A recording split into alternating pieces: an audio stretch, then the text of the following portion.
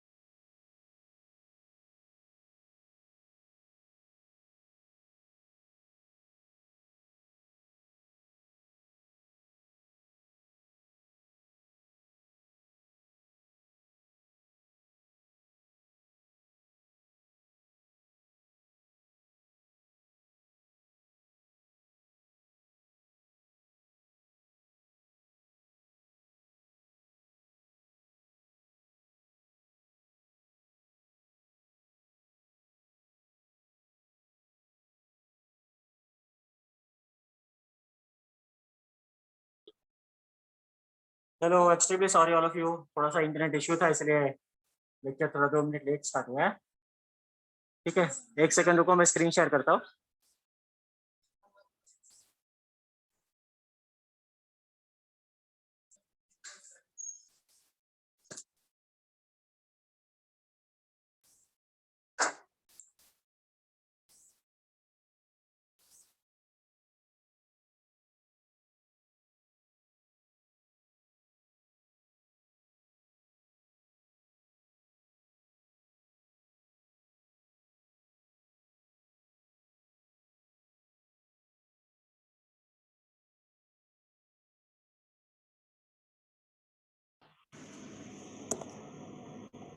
सबको ऑडिबल है?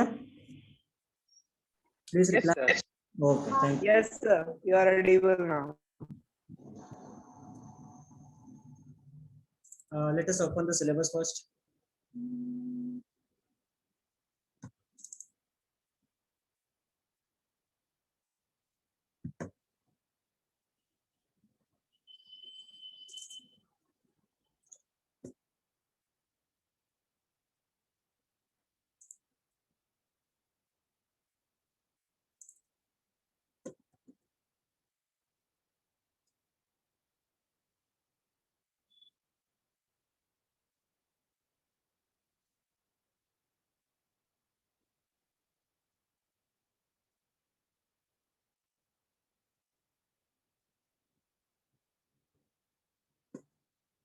Okay, so we have completed with all these programs, and we have done also some few extra programs related to loop. Now today we are going to start with the topic called function. Precisely, we are going to deal with user-defined function and how we are supposed to implement a user-defined function. And these are the three parts for user-defined function. It is declaration, calling, and definition. So we are going to see what this precisely each term means, and at the same time we will understand what is the function and what is the application. What basically function means and what is the precise application for this function topic in our C++. Okay. So besides this, we are going to cover function return and non-return types. Arguments. What do you mean by arguments? What do you mean by return value? What do you mean by actual and formal arguments? And there are few functions, inbuilt functions that we can see an example of it. Like we have already seen power, example of POW. We will also see example of square roots, string length, string copy, when we will be starting with our topic of inbuilt functions. Okay. So let us start. These are the few programs that we will be doing in user-defined function, addition of two numbers, factorial. Basically, if you look at the program, then the program are the same that we have done using loop. We are just going to implement the same program using user-defined function. Okay. So the programming logic remains the same. Only the way of implementation changes. Okay. So wait a second, I will just open the topic. C++ functions. I will share the notes to you. Don't worry about it. Okay. So please, anyone will read this part, this paragraph.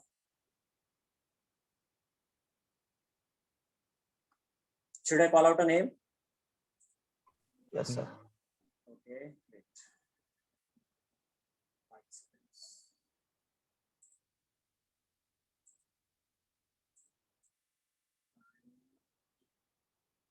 Divya Shah, please read this paragraph. Roll number 124.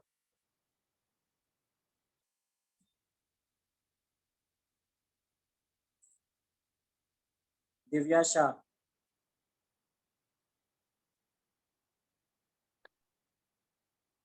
Okay. I guess he is just physically present over here. Abhishek Shukla. Yes, sir. Please read this paragraph. A function is a group of statements that together perform two tasks. Every C++ program has at least one of function which is main. And all the most trivial program can define additional function You can divide up your code into separate function. How you divide up your code among different function is up to you. But logically, the division usually is such that each function perform a specific task. A function declaration tells the compiler about a function's name, return type, and parameter. A function definition provides the actual body of the function.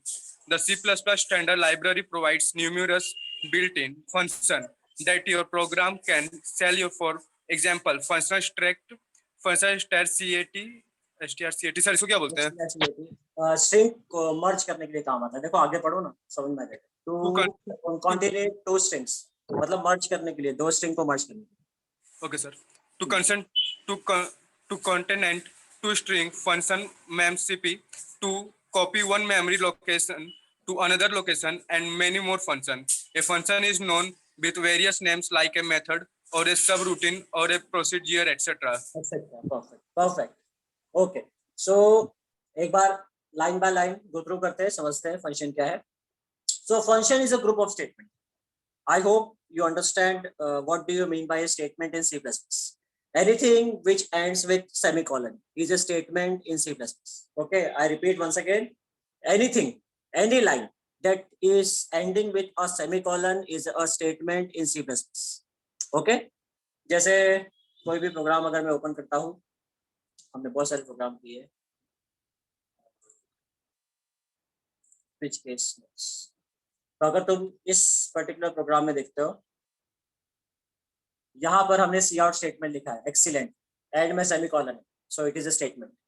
Okay, फिर यहाँ पर हमने लिखा है C out enter grade, it is a statement.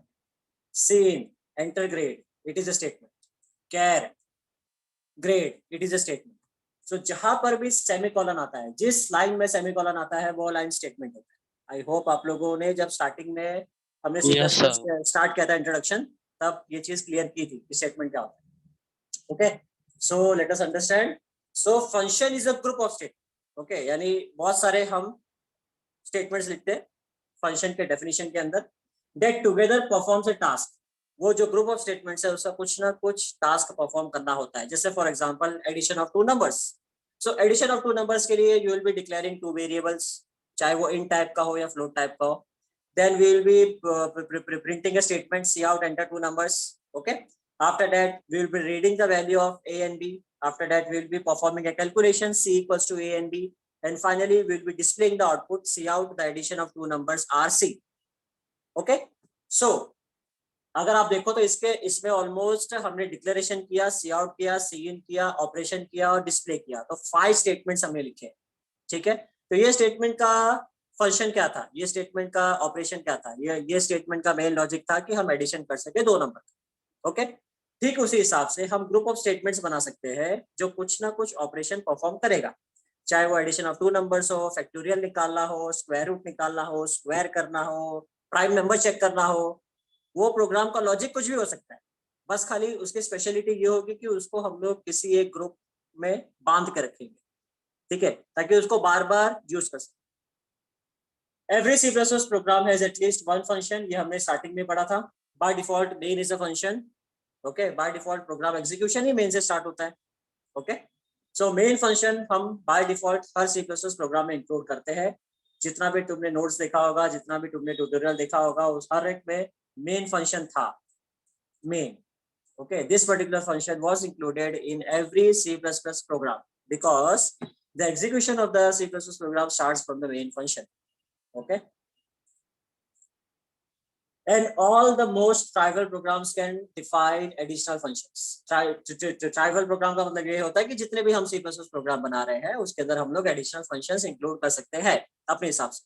जैसे हमने clear screen include किया है, गेट ch इंक्लूड किया है, POW का हमने यूज किया था, तो ऐसे हम लोग एडिशनल फंक्शंस अपने हिसाब से इंक्लूड कर सकते हैं जो इनबिल्ड होते हैं, पहले से C++ में अवेलेबल होते हैं। उसके अलावा हम अपना भी फंक्शंस बना सकते हैं। जो हमारा मेन टॉपिक है फंक्शन का, वही हम देखना चाहते हैं इसका। ठीक है, कि हम लोग अपना यूजर डिफाइंड फंक्शन किस तरीके से क्रिएट कर सकते हैं। You can divide up your code into separate functions. हम अपने कोड को, जो भी हमारा प्रोग्राम है, ठीक है, प्रोग्राम में जरूरी नहीं है कि फिक्स लाइंस ऑफ कोड होते हैं, हमारे हिसाब से हम जितना भी लाइंस चाहे उतना लाइन ऐड कर सकते हैं, डिवाइड कर सकते हैं, रिमूव कर सकते हैं, लॉजिक हम ही बनाते हैं। ठीक है, तो हम अपने प्रोग्राम्स को डिफरेंट डिफरेंट फंक्शंस में डिवाइड कर सकते हैं. How you divide up your code amount different functions is up to you. वो हमारे ऊपर डिपेंड करता है, क्योंकि लॉजिक हम बनाते हैं. कंप्यूटर को हम कमांड देते हैं कि ये पर्टिकुलर पार्ट एग्जीक्यूट करो. कंप्यूटर ऑटोमेटिकली कुछ एग्जीक्यूट नहीं करता. ठीक है. The division usually is such that each functions perform a specific task. तो डिवीजन हम इस तरीके से करते हैं कि फंक्शन कोई ना कोई स्पेसिफिक ऑपरेशन परफॉर्म करे. ऐसा नहीं कि हमने 2 लाइन उठा करके खाली सीन की एक लॉजिक बना दी, ठीक है, फिर कैलकुलेशन का अलग से फंक्शन बना दिया. तो ऐसा इस तरीके से नहीं करते. हम फंक्शन का स्टार्ट टू एंड, यानी इनपुट रीड करना, कैलकुलेशन करना और जो आउटपुट आएगा वो डिस्प्ले करना. ठीक है. तो उतना पार्ट एटलीस्ट हम उसके अंदर रखते हैं, या तो जो मेन लॉजिक हो. ठीक है. जैसे अगर प्राइम नंबर फाइंड आउट करने का, तो प्राइम नंबर का मेन लॉजिक उस पर्टिकुलर फंक्शन में हो. A function declaration tells the compiler. तो जब हम लोग फंक्शन डिक्लेयर करते हैं, जैसे फॉर एग्जांपल वेरिएबल डिक्लेयर करते हैं, ठीक है, जब हम वेरिएबल डिक्लेयर करते हैं int a and b, right, तो कंपाइलर को समझ में आता है कि ये जो a और b है वो इंटीजर टाइप का. ओके. जब हम लोग लिखते हैं फ्लोट a एंड b, तो कंपाइलर को समझ में आता है कि वो फ्लोट टाइप का है. ठीक है. कैर लिखते हैं तो उसको समझ में आता है कि ये पर्टिकुलर डेटा टाइप क्या है. ठीक उसी हिसाब से जब हम फंक्शन डिक्लेयर करते हैं तो कंपाइलर को हम बताते हैं कि फंक्शन का नाम क्या है. ठीक है. फंक्शन का टाइप क्या होगा, यानी इंटीजर है, फ्लोट है, कैरेक्टर है. ठीक है. अभी ये स्टेटमेंट ज्यादा लॉजिकली तुम्हें समझ में नहीं आएगा, हम एग्जांपल्स करेंगे तो और अच्छे से क्लैरिटी आएगी. तो फंक्शन का टाइप क्या होता है कि कितने पैरामीटर्स चाहिए, यानी कितनी वैल्यूज पास करनी है, पैरामीटर्स क्या है वो भी समझ में आएगा. डोंट, स्टेप बाय स्टेप हम जाएंगे. पहले एक बेसिक आइडिया क्या है वो समझ. A function definition provides the actual body of the function. Function definition के अंदर हमारा एक्चुअल बॉडी होता है, यानी हम जो मेन लॉजिक है वो फंक्शन डेफिनेशन में लिखते हैं. C++ में स्टैंडर्ड बहुत सारे फंक्शंस इनबिल्ड होते हैं, उसमें से कुछ एग्जांपल्स हमने देखा है. हम एक काम करते हैं, आज है ना, थोड़ा सा इनबिल्ड फंक्शंस के बारे में एग्जांपल्स देखते हैं, उसको अंडरस्टैंड करने की कोशिश करते हैं कि वो फंक्शन के बैकग्राउंड में क्या हो रहा हो. आप समझ रहे हो मैं क्या बोल रहा हूँ. ठीक है. जैसे पावर फंक्शन की जब हमने बात की थी, तो पावर फंक्शन में हमने 2 वैल्यू पास किया. ठीक है. और 2 वैल्यू के बेसिस के ऊपर वो पावर वैल्यू रिटर्न कर रहा था. तो हम है ना इनबिल्ड फंक्शंस कुछ इंप्लीमेंट करते हैं, आज कुछ एग्जीक्यूट करते हैं और समझते हैं कि बैकग्राउंड में वो पर्टिकुलर फंक्शन के डेफिनेशन में क्या हो सकता है. हमें एक्चुअल डेफिनेशन नहीं चाहिए, हमें खाली बस उसका किस तरीके से वर्क कर रहा है वो understand.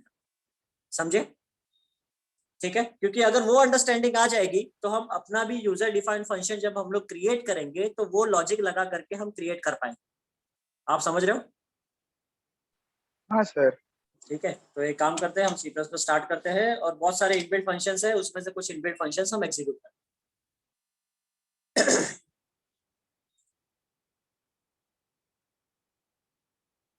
Okay. So new hash include iostream.h hash include on.io.h void main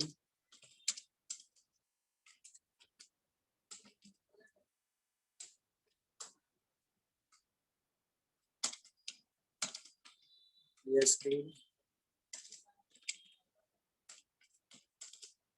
get switch. Okay. So हम कुछ इनबिल्ट फंक्शंस इंप्लीमेंट करते हैं, मैथ वाले फंक्शन यूज करते हैं. hash include math.h.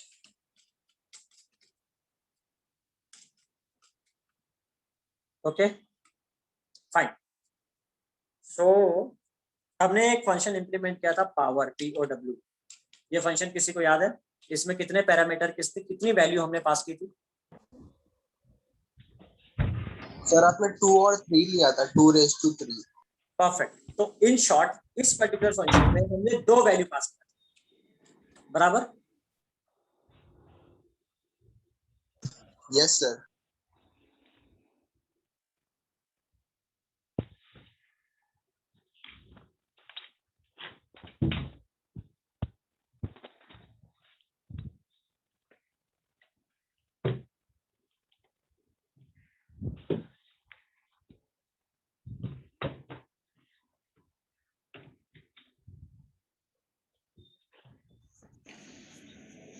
ओके तो इस पर्टिकुलर फंक्शन में तुम ऑब्जर्व करो तो हमने 2 वैल्यू पास की। क्या ये फंक्शन 3 वैल्यू के साथ वर्क करेगा? तुम्हें क्या लगता है? No sir. नहीं ना, क्यों? No sir. a raised to b raised to c हम नहीं कर रहे हैं। ओके अब जब इस पर्टिकुलर फंक्शन में हमने 2 आर्ग्यूमेंट पास किया, 2 वैल्यू पास किया 2 and 3, सो हमें जो रिजल्ट आएगा दैट इज 2 raised to 3 8, वो क्या ऑटोमेटिकली आएगा कि कहीं पर स्टोर करना पड़ेगा? सर स्टोर करना पड़ेगा। तो करना पड़ेगा, परफेक्ट। तो वो स्टोर करने के लिए हमें एक वेरिएबल बनाना पड़ेगा। ओके समझो एक p नाम का मैंने वेरिएबल बना लिया, p equals to power of 2 raised to 3। तो p के अंदर हमारा क्या वैल्यू स्टोर होगा? 8 बराबर c आउट p। अब हम इसे एग्जीक्यूट करके देखते हैं कि हमारा ये लॉजिक कहाँ तक हमने समझा है और इस पार्ट ये पर्टिकुलर फंक्शन कैसे एग्जीक्यूट होता है। ठीक है, we will save this program first. xyz we are going to understand inbuilt functions, inbuilt f। okay sure, let us compile this first। okay there are 2 errors। why? math dot, it is not maths। error देख लो।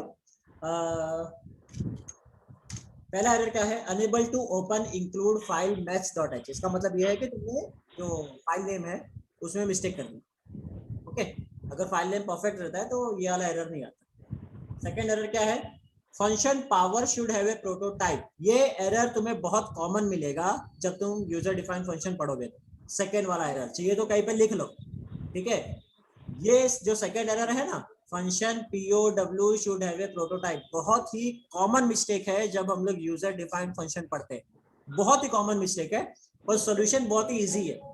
यहाँ पर prototype का मतलब ये होता है कि उसका डेफिनेशन एग्जिस्ट नहीं करता, यानी उसका जो लॉजिक है वो एग्जिस्ट नहीं करता।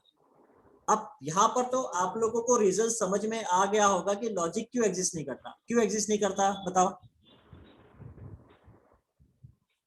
बोलो क्या रीजन हो सकता है कि पावर का डेफिनेशन या लॉजिक एग्जिस्ट नहीं क्योंकि करता? सर वो जो प्रीडिफाइंड फंक्शन है maths.h उसमें परफेक्ट परफेक्ट, नहीं हमने यहाँ पर इंक्लूड करते वक्त यस नहीं आएगा ना। फाइल इंक्लूड नहीं किया है, इसीलिए उसका डेफिनेशन मिल नहीं रहा है। ओके इसीलिए पावर का डेफिनेशन मिल नहीं रहा है। ये सेम मिस्टेक तुम जब यूजर डिफाइंड फंक्शन में होगा ना तो सेम मिस्टेक करोगे। उस वक्त क्या होगा ना, तुम स्पेलिंग मिस्टेक कर दोगे फंक्शन के नाम में।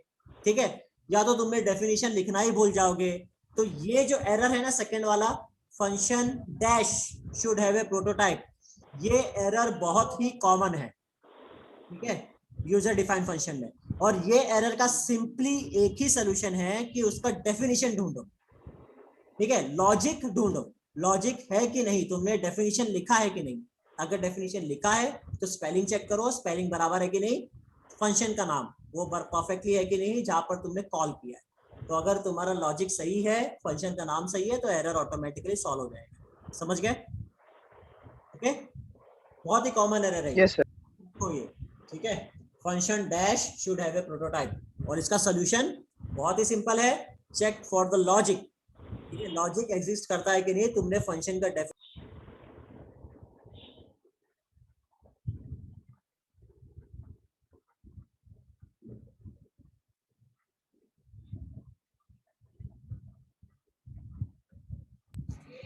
तो इसका सोल्यूशन बहुत ही सिंपल है, खाली बस आपको ढूंढना है कि आपने लॉजिक लिखा है कि नहीं।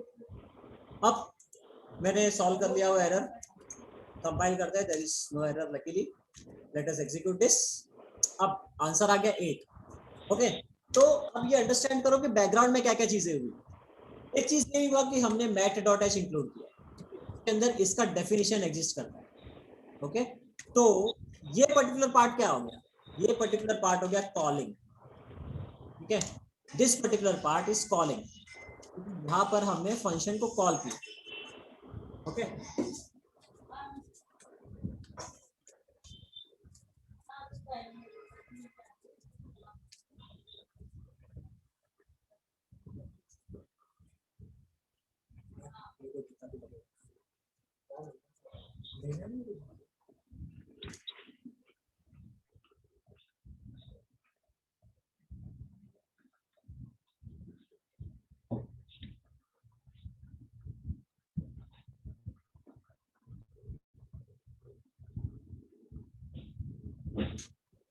ओके, सो ये जो पर्टिकुलर पार्ट है ना, जो पार्ट है ये कॉलिंग। ओके, कॉलिंग में देखो तुम ऑब्जर्व करो तो हम पैरामीटर पास करते हैं, यानी जो एक्चुअल वैल्यू है जो एग्जीक्यूट करना है वो पास करते हैं, आर्ग्यूमेंट इसको भी बोलते हैं, और वैल्यू रिटर्न होती है किसी किसी फंक्शन में। अब तुम क्लियर स्क्रीन के ऊपर ऑब्जर्व करो, ठीक है, तो क्लियर स्क्रीन फंक्शन है, ये भी कॉलिंग है, मगर क्या क्लियर स्क्रीन फंक्शन में वैल्यू रिटर्न हो रहा है? क्या हम कुछ वैल्यू स्टोर कर रहे हैं किसी वेरिएबल में? नहीं ना, ठीक है। No sir. No sir no. Function में नो रिटर्न है, देयर इज नो रिटर्न, ये सिंपली एग्जीक्यूट करके हमें आउटपुट दे रहा है, सिंपली एग्जीक्यूट करके हमें जो आउटपुट है वो दे रहा है। ओके, मगर इस पर्टिकुलर फंक्शन में there is return, there is return of value जो हम स्टोर कर रहे हैं इस पर्टिकुलर पी वेरिएबल में। ओके, और एक चीज ऑब्जर्व करो, ठीक है, क्या हमने क्लियर स्क्रीन में कुछ भी वैल्यू पास की? नहीं। नहीं। तो देखो ये पर्टिकुलर फंक्शन कॉलिंग में वैल्यू रिटर्न नहीं हो रहा और आर्ग्यूमेंट भी नहीं, नो आर्ग्यूमेंट। आर्ग्यूमेंट बोलो या सिंपल वर्ड्स में वैल्यू बोलो, it is one and the same thing, ठीक है। आर्ग्यूमेंट वर्ड से कंफ्यूजन होता है तो तुम वैल्यू भी बोल सकते हो। देयर इज नो आर्ग्यूमेंट, हम कोई आर्ग्यूमेंट या वैल्यू पास नहीं कर रहे, ओके। मगर इस पर्टिकुलर फंक्शन में देखो सेकंड वाले में, पावर वाले में, देन देयर इज आर्ग्यूमेंट,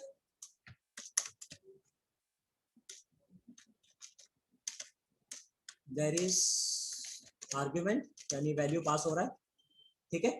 अब आर्ग्यूमेंट भी देखो स्पेसिफिक पैटर्न में पास होगा, ऐसा नहीं कि तुम अपने मन से कितना भी वैल्यू पास करो।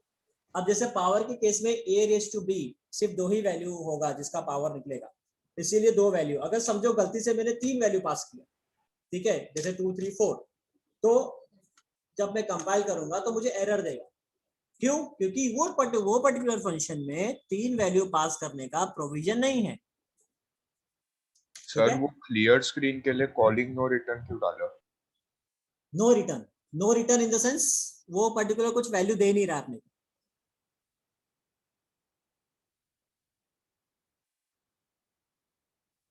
अभी देखो यहाँ पर एरर क्या आया है पावर वाले में, extra parameter in call to power, दिखा एरर? दिखा? Yes sir. तो देखो एरर खुद ही एक्सप्लेन कर रहा है कि ये जो पर्टिकुलर फंक्शन तुमने कॉल किया है POW नाम का, उस पर्टिकुलर फंक्शन में तुमने एक्स्ट्रा वैल्यू पास कर दी है, ये वैल्यू जरूरत नहीं है। ओके, सिर्फ 2 ही वैल्यू पास कर सकते हैं, तो हमने समझो 2 वैल्यू पास किया, समझो 1 वैल्यू पास किया, ठीक है, तब देखते हैं एरर क्या आता है, ठीक है। अब एरर पढ़ो, too few parameters to call power. Yes sir, अभी तो मैं बता रहा। अब देखो अब एकदम क्लियर है ना, जब हम लोग ने 1 वैल्यू पास किया तब वो बोल रहा है कि तुमने सिर्फ 1 ही वैल्यू पास किया, यानी आर्ग्यूमेंट्स कम है, ठीक है। जब हमने ज्यादा पास किया तब बोलता है कि तुमने एक्स्ट्रा आर्ग्यूमेंट पास कर दिया है। तो इसका मतलब फंक्शन डेफिनेशन में जितने आर्ग्यूमेंट्स की नीड है उतने ही आर्ग्यूमेंट पास करने चाहिए, ठीक है। सेम लॉजिक हमें भी यूज करना होगा जब हम लोग यूजर डिफाइंड फंक्शन बनाएंगे, कि हमारा फंक्शन कितने वैल्यूज एक्सेप्ट करेगा, ठीक है, वो हम डिफाइन करेंगे। तो जब फंक्शन कॉल करेंगे, जैसे यहाँ पर हमने कॉल किया है, तो फंक्शन कॉल करते वक्त हमें ध्यान रखना होगा कि जो डेफिनेशन में हमने लिखा है उतने ही वैल्यू हमने पास किए हैं या नहीं, पास किए या नहीं। पास किए का मतलब ये है कि हमने यहाँ पर ब्रैकेट के अंदर उतना ही वैल्यू दिया है या नहीं, या उससे कम दिया है या उससे ज्यादा दिया है। तो ये सब जो एरर्स मैं आप लोगों को बता रहा हूँ ना, too few arguments, too few parameters, ठीक है। दूसरा जो एरर था जिसके अंदर हमने एक्स्ट्रा वैल्यू पास कर दी थी, ठीक है, कि एक्स्ट्रा पैरामीटर्स, ये सारे कॉमन एरर्स है।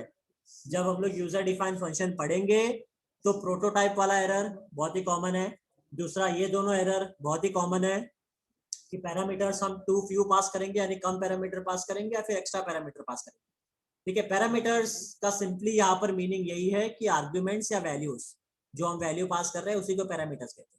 वैल्यूज हम यूजर से भी रीड कर सकते हैं या तो डायरेक्टली पास कर सकते हैं, जैसे यहाँ पर 2 और 4 हमने डायरेक्टली पास किया है, हम वैल्यू यूजर से भी रीड कर सकते हैं, ठीक है, सी ने भी रीड कर लो और ए और बी पास कर दो, समझे? यस क्लियर है? सर। तो ये सब कॉमन एरर से ये सब लिख के रखो कहीं पर, ओके? ये सब तुम्हें फेस करोगे जब तुम यूजर डिफाइंड फंक्शन पढ़ोगे और खुद से जब एग्जीक्यूट करोगे, तब आप लोगों को ये सब एरर आने ही वाला है, ठीक है? और बिना एरर आए तो आप लोग नहीं सीखोगे। एरर आना अच्छी बात है, मगर उसको समझना अच्छी बात है कि एरर बोलना क्या चाहता है, ठीक है? ओके फाइन, तो एक बार फिर से एग्जीक्यूट करते हैं। अब कोई एरर नहीं है और हमें 16 आ गया क्योंकि 2:4 एग्जीक्यूट हुआ, ठीक है? तो ये एक एग्जांपल हो गया। अब एक और एग्जांपल लेते हैं, साइन। अब ये साइन डायरेक्टली वर्क करेगा कि साइन की स्पेलिंग साइन है, देखते हैं। साइन ऑफ 90 क्या होता है वैल्यू? 1 सुमति तुमने मीटिंग स्टार्ट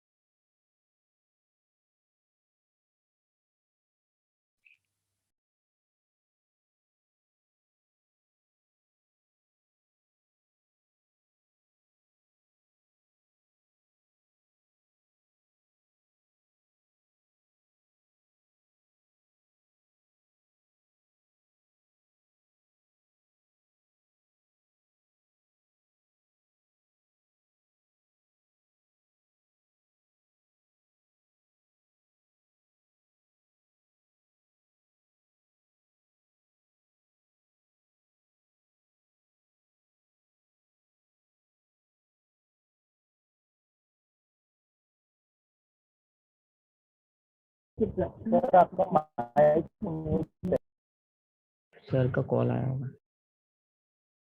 सर आवाज नहीं आ रही है। हाँ एक सेकंड म्यूट पे था इसीलिए, सॉरी। हाँ तो साइन ऑफ 90 का वैल्यू क्या है? 1 है। मैथ में हुआ था ना? 1 है हाँ सर। सर 1 हाँ, अब देखो कैसे हुआ था? साइन ऑफ 90 1 आएगा बराबर, तो 1 को स्टोर करने के लिए हमारे पास फिर से एक वैल्यू चाहिए कोई, ओके? तो समझो हमने Q। फ्लोट में स्टोर कर रहे हैं इस बार, float of S, okay fine. अब देखते हैं कि इसका ये एग्जीक्यूट कर रहा है कि नहीं परफेक्टली, क्योंकि साइन की स्पेलिंग SINE लिखना है कि SIN लिखना है मैं श्योर नहीं हूँ, एग्जीक्यूट करेंगे तो समझेगा। इधर एंगल दे देता हूँ, सी आउट, इसको पूरा स्पेलिंग लिख देता हूँ पावर, ताकि समझेगा कि पावर क्या है ये आपको। और यहाँ पर हम sign equals to double quotes S double quotes and okay and fine, save करते हैं। There is no error luckily. 0.89 आ रहा है,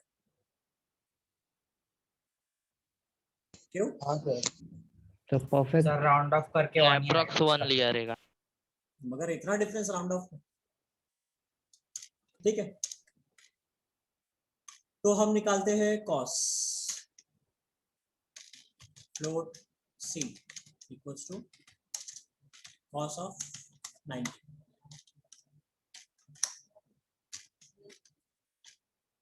C out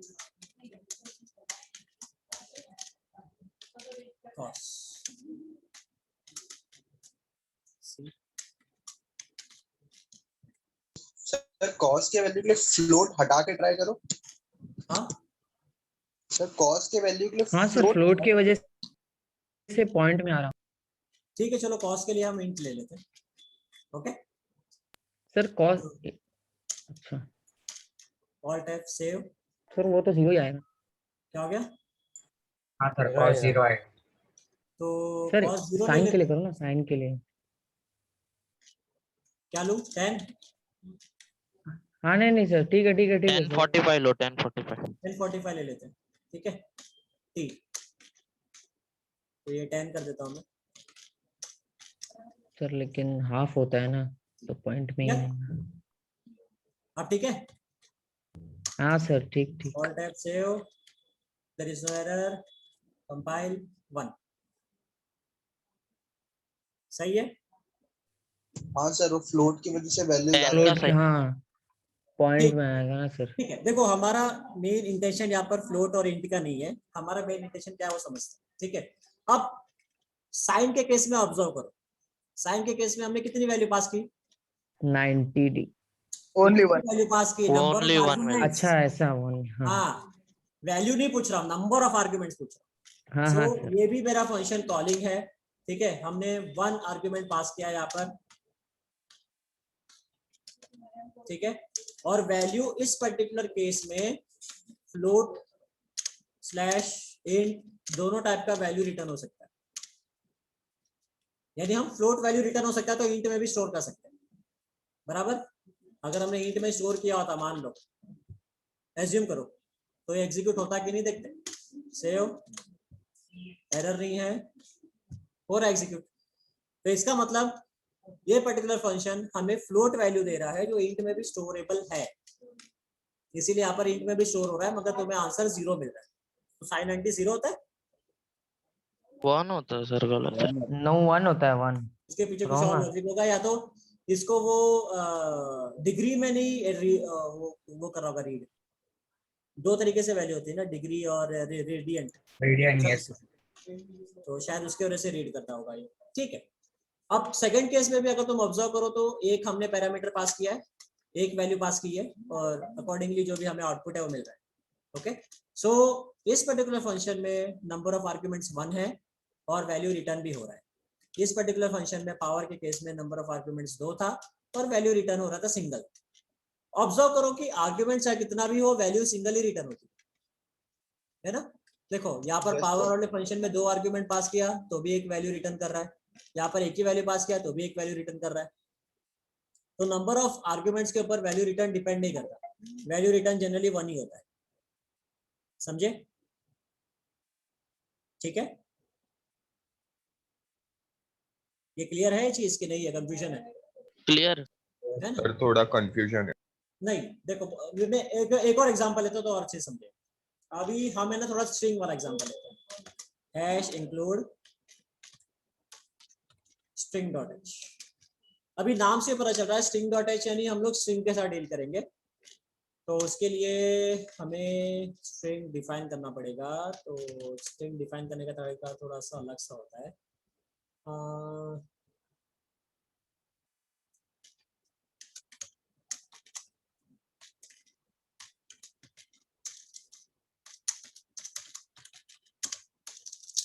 hello world,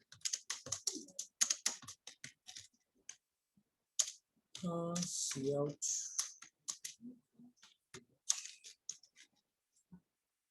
let us सी एग्जीक्यूट कर रहा है कि नहीं। ओके ओके, ठीक है। देखो हेलो वर्ल्ड प्रिंट हो गया, मगर यहाँ पर ऑब्जर्व करो कि हेलो वर्ल्ड को किस तरीके से डिफाइन किया है। ये एरे का कॉन्सेप्ट है, this is array. Array simply means group. Array का सिंपली मीनिंग होता है group of similar type of values, ठीक है। यहाँ पर ऑब्जर्व करो कि हमने ch का एरे बनाया है जिसके अंदर हेलो वर्ल्ड को स्टोर किया है, क्योंकि स्ट्रिंग हम इसी तरीके से स्टोर करते हैं in C++। There is no other way of storing the string. Okay, अब ये इसीलिए किया है क्योंकि हम कुछ string.h के हेडर फाइल्स के अंदर जो भी फंक्शंस है उसको डील करेंगे, उसके साथ कुछ फंक्शंस के साथ वर्किंग करेंगे। अभी एक और मैं एरे बनाता हूँ, कैर टी।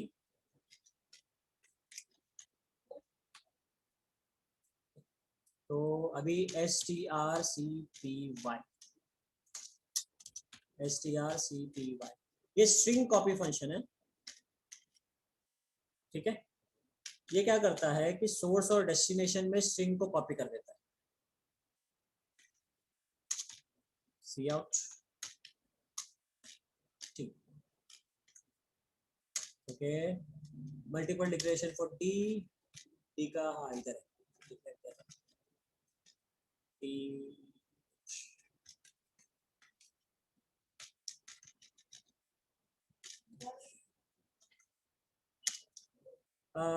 साइज इज अननोन, तो इसका साइज दे देते हैं 100। हाँ कुछ और ही आ रहा है, शायद उल्टा लिख दिया है।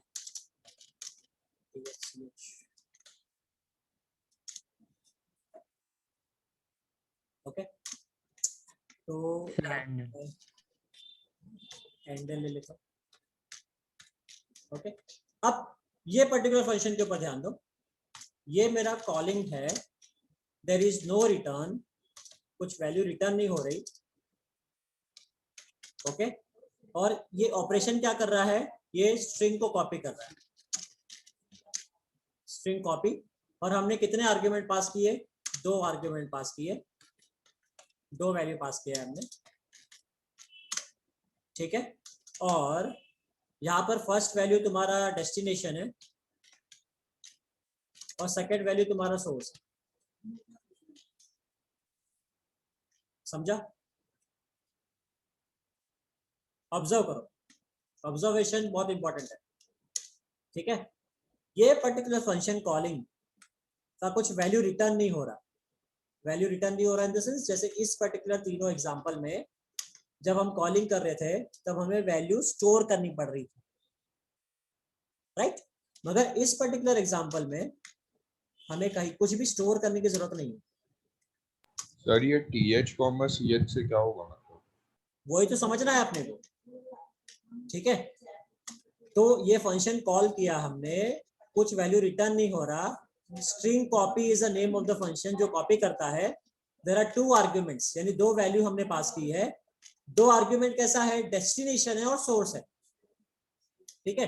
तो TH तुम्हारा डेस्टिनेशन है, ये जो है TH, और CH तुम्हारा सोर्स है, ओके। तो तुम ऑब्जर्व करो, देखो सोर्स में तुमने क्या डाला था, हेलो वर्ल्ड, ओके। डेस्टिनेशन में तुमने क्या वैल्यू डाला है, कुछ भी वैल्यू नहीं है, हमने खाली डिक्लेयर किया। तो स्ट्रिंग कॉपी क्या करेगा, डेस्टिनेशन में सोर्स की वैल्यू कॉपी कर देगा, समझे? इसीलिए तुम यहां पर आउटपुट देखोगे तो देखो 2 बार हेलो वर्ल्ड डाल रहा है ना, एक बार CH के लिए आ रहा है, दूसरी बार TH के लिए आ रहा है, समझा? सर वो 100 साइज है। 100 साइज है, परफेक्ट। यानी टोटल TH में 100 कैपेसिटी है स्टोर करने की, तुम 100 के अंदर कितना भी स्टोर कर सकते हो, तुम्हारे ऊपर, समझा? ये क्लियर है ये पर्टिकुलर पार्ट? सर 1 मिनट देखने दो। हाँ देख लो अच्छे से, स्टार्टिंग से देखो, ये सब अलग अलग टाइप के फंक्शंस हमने बुलाए हैं, ठीक है, और हर फंक्शन अपने तरीके से एग्जीक्यूट करता है।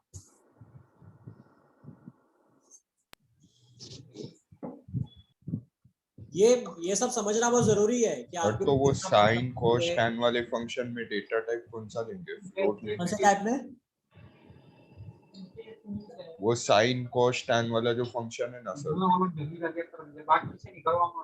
हाँ तो उसमें डेटा टाइप हमने लिया ना int, ठीक है। फ्लोट नहीं लेना है ना?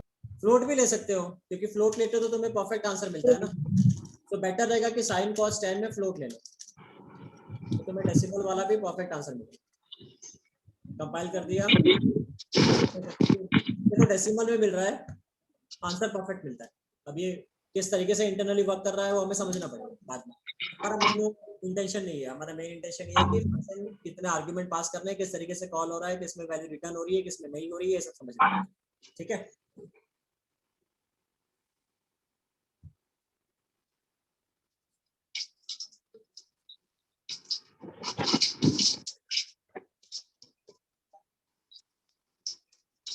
एक बार प्रोग्राम टॉप से लेकर बॉटम तक एक एक लाइन को समझो, ये तुम्हारा अलग पार्ट है, ये अलग पार्ट है, ठीक है। सर ये 4 वाला पार्ट रिपीट कर दो ना एक बार। चेयर है, यस सर, चेयर चेयर नहीं कैर बोलते हैं इसको भाई, चेयर। हाँ ठीक है।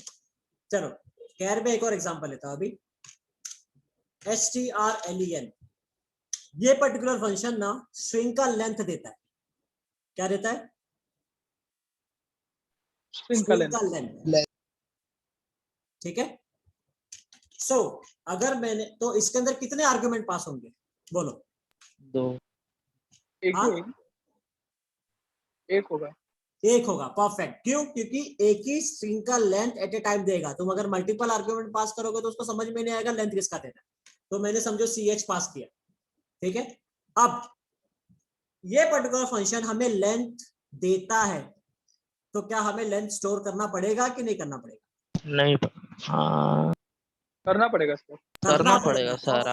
because when we are calling this particular function with one argument, ठीक है, calling with one value, चलो आर्ग्यूमेंट नहीं, सिंपल वर्ड्स में लिखते हैं, calling with one value, then length is returned, ठीक है, लेंथ रिटर्न होता है, ठीक है, लेंथ रिटर्न होता है, so we need to store, जहां पर रिटर्न होता है वहां पर स्टोर करना जरूरी है, ठीक है, तो यहाँ पर वैल्यू रिटर्न हो रहा है तो हमें स्टोर करना पड़ेगा, तो स्टोर करने के लिए अब ये बताओ कि लेंथ का डेटा टाइप क्या होना चाहिए, फ्लोट, कैरेक्टर या इंटीजर? फ्लोट ना। इंटीजर। Float Integer. किसने बोला? क्या लेंथ तुम्हारा 5.7 होगा क्या? No sir. नहीं, परफेक्ट, तो it will be integer data type string L, sorry int L, ठीक है, तो एल के अंदर हमने लेंथ स्टोर कर दिया है, we will be displaying the value of L, so length of ch equals to c out l c out end, okay, sir वो लेंथ में वो स्पेस को भी काउंट करेंगे? हाँ, स्पेस भी काउंट होगा लेंथ में, तो बताओ एल का वैल्यू क्या आएगा?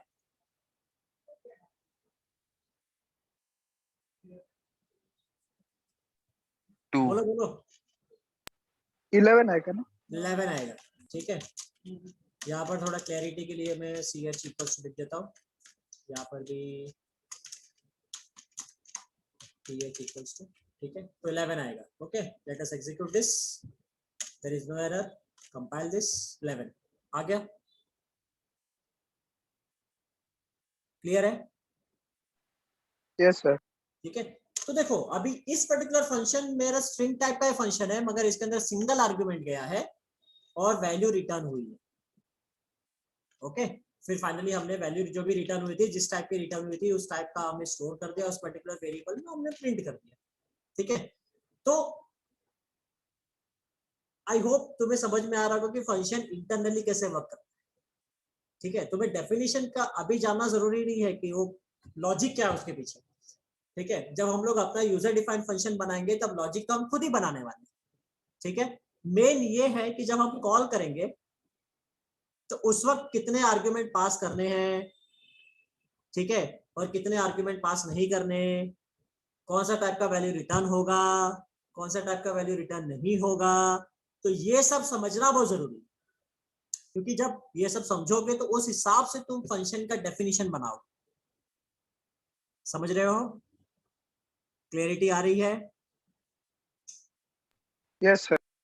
ठीक है, ओके, अब किसी ने क्वेश्चन पूछा था कि सर 11 आंसर कैसे आया, काउंट करो ना भाई, ठीक है, हेलो में टोटल 5 कैरेक्टर है, वर्ल्ड में टोटल 5 कैरेक्टर है, एक बीच में स्पेस है, तो 5 + 5 + 1 कितना हो गया भाई?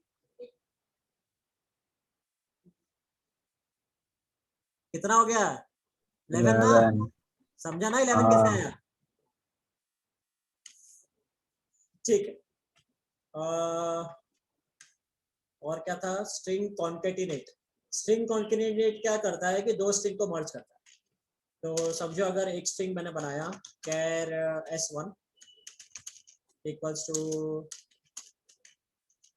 s1 एरे होगा, इक्वल्स टू, समझो मेरा नाम भी ले लेते हैं, तो एक फर्स्ट स्ट्रिंग है आशीष, सेकंड स्ट्रिंग कैर s2,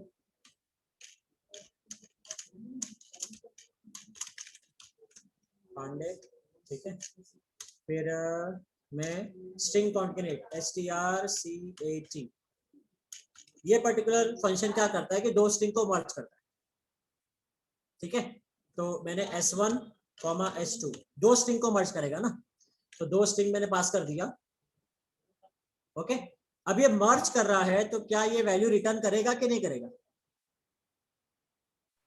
करेगा सर। करेगा, परफेक्ट, सो एक और मुझे एरे बनाना पड़ेगा नेम, ठीक है, नेम नाम का मैंने एरे बना दिया जिसका साइज रख दिया 100, ओके, तो नेम में मुझे से स्टोर करना पड़ेगा। इसको S1 को मैं कर देता हूँ फर्स्ट नेम और S2 को कर देता हूँ लास्ट नेम। ओके, तो यहाँ पर मैंने फर्स्ट नेम पास किया, कॉमा लास्ट नेम पास किया, समझे? और नेम के अंदर मैंने स्टोर किया। अब मैं डिस्प्ले करूंगा cout name is cout name. Okay, समझ रहा है इसके अंदर क्या हुआ?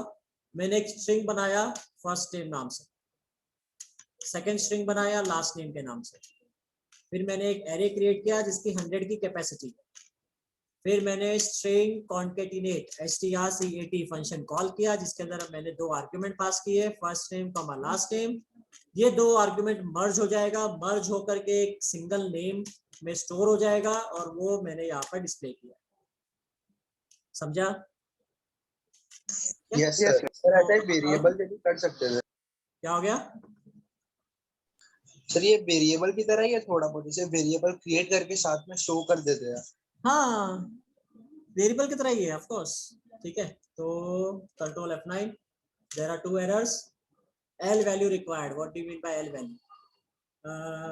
Concatenate की स्पेलिंग राइट है? CAT है कि कुछ और है? एक बार फिर से बाकी एरर देखते हैं। is assigned a value that is never used, इसीलिए क्योंकि ये बराबर वर्क नहीं कर रहा है। string concatenate प्रोटोटाइप का तो एरर नहीं आया, तो को जरा सर्च करते हैं ऑनलाइन। यहाँ पर तो CAT ही दिया था, मुझे पता नहीं अपने वर्जन में ये एग्जिस्ट करता है कि नहीं। strcat in C++।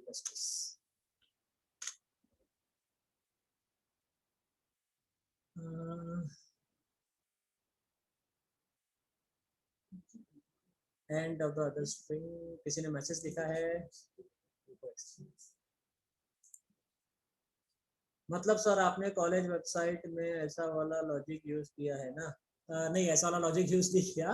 College website में हर वैल्यू, हाँ तुम्हारा फॉर्म में ऐसा वाला लॉजिक यूज किया जिसके अंदर वो मर्ज करके दे रहा है। शायद स्ट्रिंग कॉन्केटिनेट इसमें एग्जिस्ट नहीं करता क्योंकि हमारा पुराना वाला ये है C++। नए वाले में एग्जिस्ट करेगा। कोई और फंक्शन में ट्राई करना चाहिए और एंटर। स्ट्रिंग कॉपी तो हमने देख लिया सर। शायद ऑनलाइन हाँ देख लेते सर, क्या हो गया? ऑनलाइन कोडिंग वाले में देख लेते हैं ना सर। हाँ परफेक्ट, अच्छा ऑनलाइन कोडिंग में C++।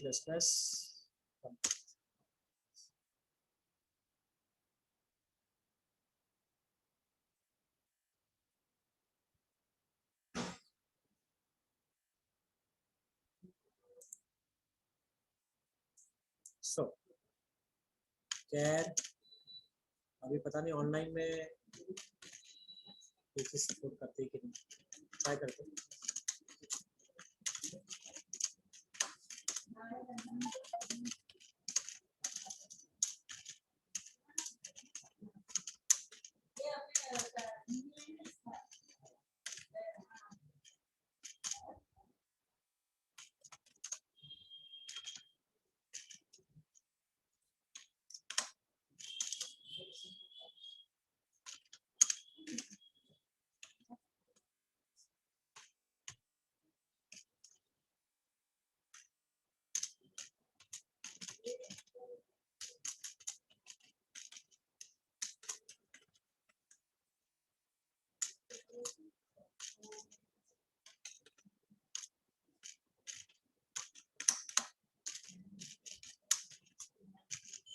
ओके, कोड तो लिख दिया, देखते हैं ये भी सपोर्ट करता है कि नहीं करता।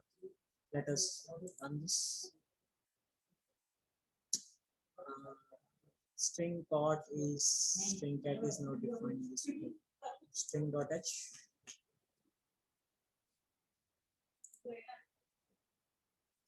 नहीं, हाँ incompatible type incompatible type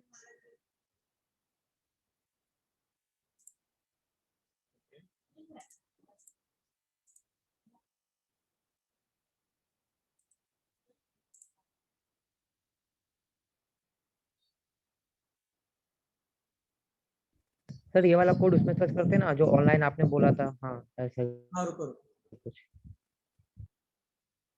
okay okay okay okay, my mistake. इसका लॉजिक ऐसा है कि first argument comma second argument हम साथ में पास करते हैं, तो ये सेकंड फर्स्ट वाले में सेकंड को शो करता है। रुक जा मैं बताता हूँ ये कैसा वर्क करेगा कि ये कुछ वैल्यू रिटर्न नहीं कर रहा, ठीक है, इसकी जरूरत नहीं है। मैंने अगर ऐसा लिखा ना first name comma last name, तो फर्स्ट नेम में वो लास्ट नेम को मर्ज कर देगा और फर्स्ट नेम की वैल्यू चेंज हो जाएगी,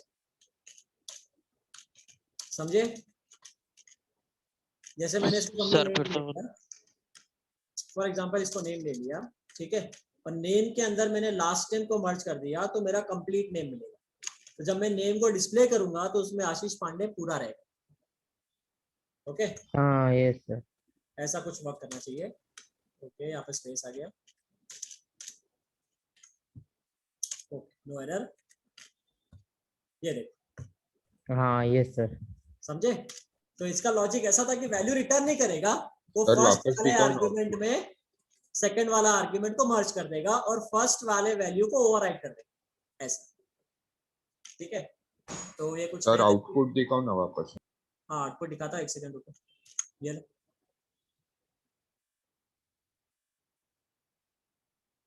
है ना?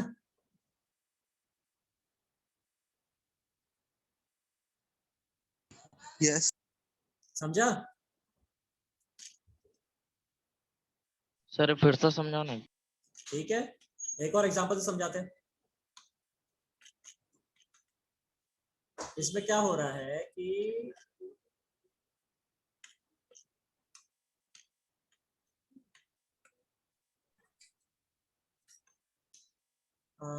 समझो मुझे पूरा नाम चाहिए अपना, सो एक लास्ट नेम हो गया, केयर मिडल,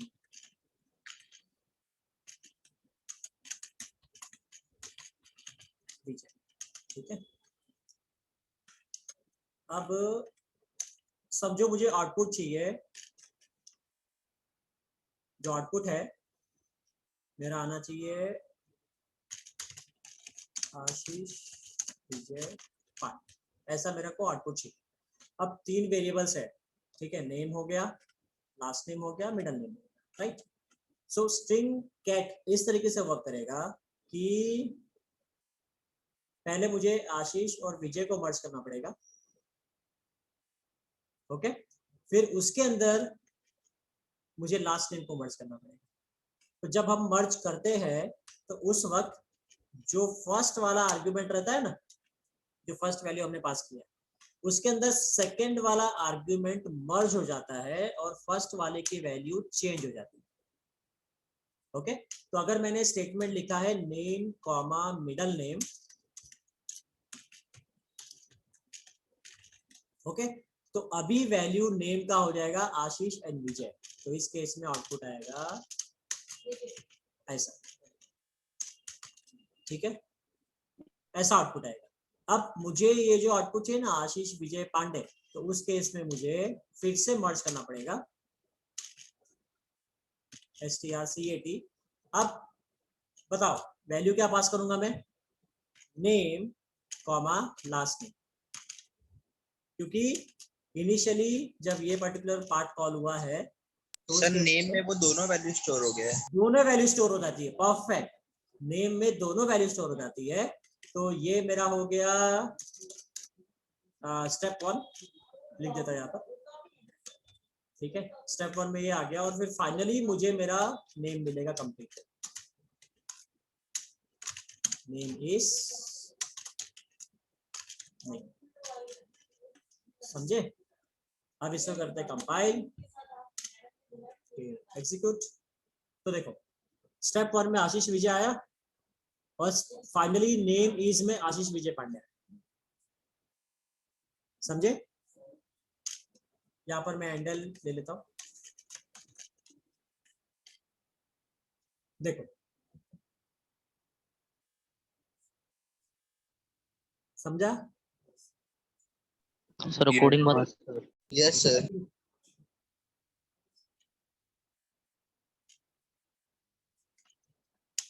यहां से लेकर यहां तक है। तो पहले एक नेम एरे बनाया, लास्ट नेम का एरे बनाया, मिडल नेम का एरे बनाया, फिर हमने स्ट्रिंग कैट को कॉल किया है जिसके अंदर हमने नेम कॉमा मिडल नेम को पास किया है। तो मिडल नेम नेम में स्टोर हो जाएगा और नेम की वैल्यू हो जाएगी name plus middle name. Okay, इस पर्टिकुलर स्टेप में क्या होगा, ये पर्टिकुलर स्टेप में name equals to name plus middle name, समझे, दोनों का मर्ज होकर के नेम बनेगा इस पर्टिकुलर स्टेप में। और इस पर्टिकुलर स्टेप में name again equals to name plus last name. Okay, यहाँ पर तो नेम की वैल्यू चेंज हो चुकी थी, आशीष और विजय आ चुका था और इसके अंदर खाली बस पांडे ऐड करना था, तो हमने नेम के अंदर लास्ट नेम को भी ऐड कर दिया। समझ गए, समझे? सर 1 मिनट देखना। इधर वैल्यू भी लिख देता हूँ ना, आशीष एंड विजय। इस पर्टिकुलर स्टेप में ये तुम्हें आउटपुट मिलेगा। ओके, और इस पर्टिकुलर स्टेप में आशीष विजय जो पहले स्टेप में मिला था वो प्लस उसके साथ में पांडे, ऐसा। समझा? हाँ सर। आप क्लियर है?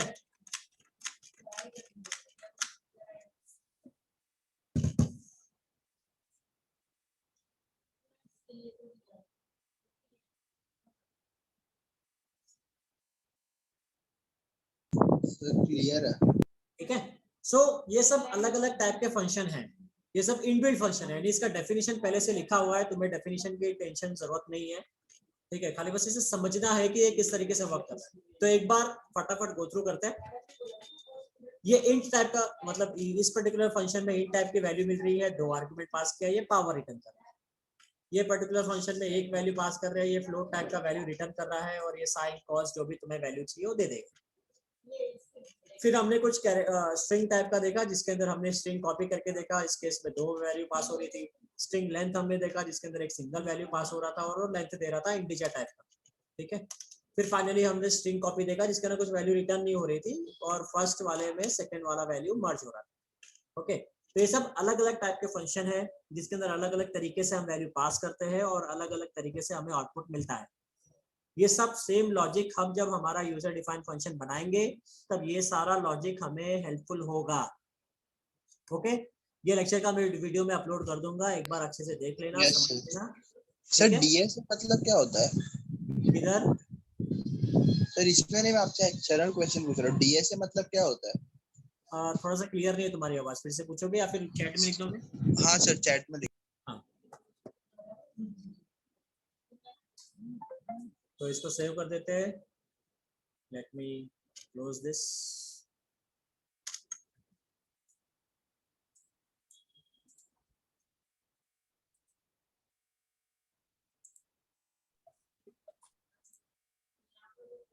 DSA मीन्स, DSA तुमने कहाँ पे देखा टर्म?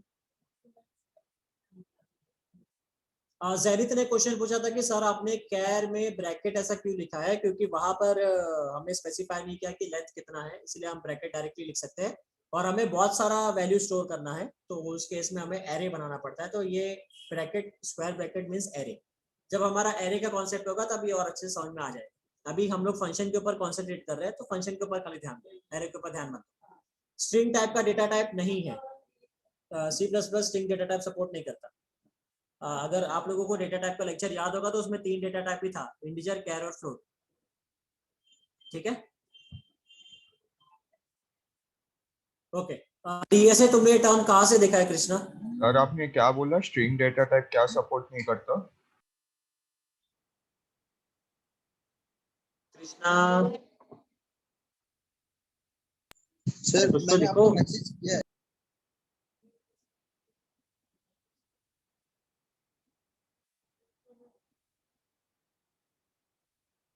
चला क्या क्या कृष्णा? है तो सही। सर मैंने आपको मैसेज सर किया, वो आपने बोल थोड़ा रहा है सर।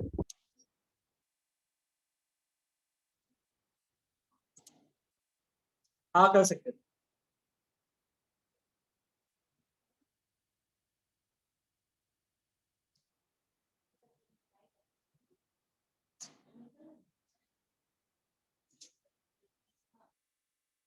ओके, किसी को और कुछ कंफ्यूजन है, कुछ डाउट है, कुछ पूछना है?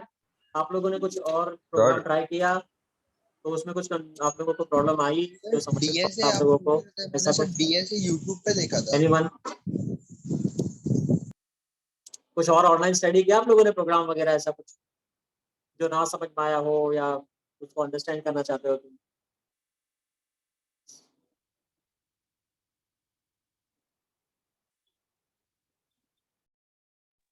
अभी आ रही है आवाज? अभी आवाज आ रही है? Hello? Yes sir. Hello? Yes sir, आ रही है। Yes sir. आप लोगों की आवाज नहीं आ रही है।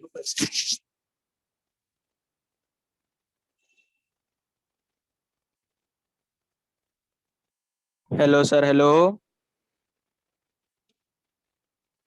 वॉल्यूम तो हाई है।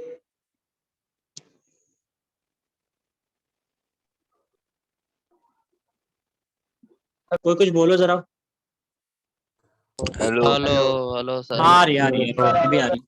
ठीक है, हेलो। तो आप लोगों ने कुछ और प्रोग्राम वगैरह ट्राई किया जो आप लोगों को समझना है, या ऑनलाइन कुछ स्टडी किया आप लोगों ने एक्स्ट्रा, किसी ने भी?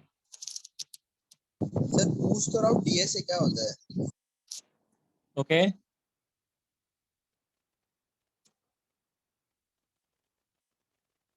ठीक है, मैं सजेशन ये रहेगा कि आप लोग कुछ और एक्स्ट्रा प्रोग्राम्स पढ़ो। नेक्स्ट लेक्चर में हम और अच्छे से हमारा यूजर डिफाइंड फंक्शन का कॉन्सेप्ट समझेंगे और शुरू करेंगे। आज थोड़ा सा फंक्शन के बारे में आप लोगों को आइडिया आ गया होगा।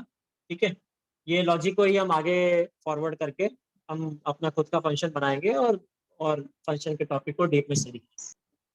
ठीक है, तो आज के लिए पैकअप करते हैं। Bye all of you, take care. Bye sir. Hi sir.